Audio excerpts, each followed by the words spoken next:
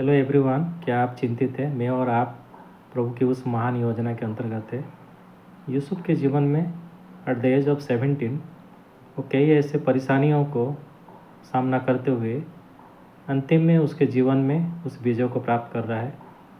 At the age of 17 जब उसके जीवन में वो पिता का प्यारा था और उसके जीवन में जो उस भाई लोगों के द्वारा हेटेडनेस उसके जीवन में आया और उसके भाई लोग उसको मारने के लिए कॉन्स्पिरेसी किए, उसको गड्ढे में डाल दिए, उसको गड्ढे से निकालकर इस्माइलाइट्स को बेच दिए।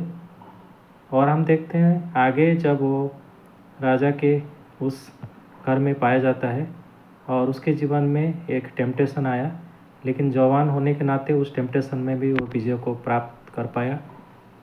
उसके बाद बंदीगृह में उसको रखा गया, लेकिन ये सारे परेशानी और सारे परिस्थितियों को जूझने के बाद हम देखते हैं एट द एज ऑफ 30 साल की उम्र में, यानी कि 13 साल के बाद उस महान विजय को हासिल कर रहा है।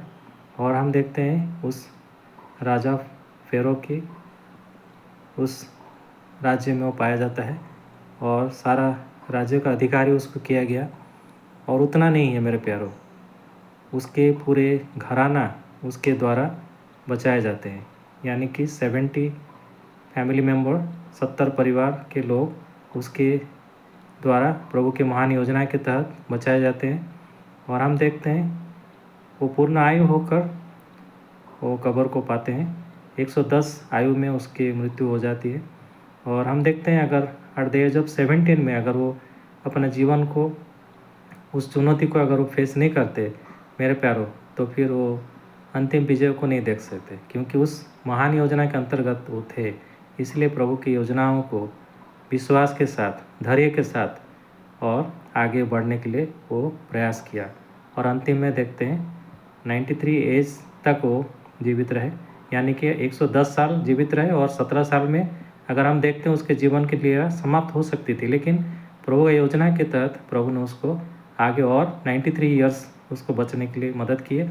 और उसके जीवन में हम देखते हैं हमारा जीवन का जो सर्वाइबिलिटी प्रभु के हाथ में मेरे प्यारों। आज हम भय ना करें, ना किसी विषय पर निराश करें, क्योंकि हम प्रभु के उस महान योजना के अंतर्गत है। इसलिए प्रभु को धन्यवाद देते हुए आगे बढ़े। प्रभु की योजना समय पर पूरी होती है, क्योंकि हर एक विषय का समय प्रभु ने रखा है। प्रभु हम सबको आशीष करे। धन्यवाद। Praise the Lord.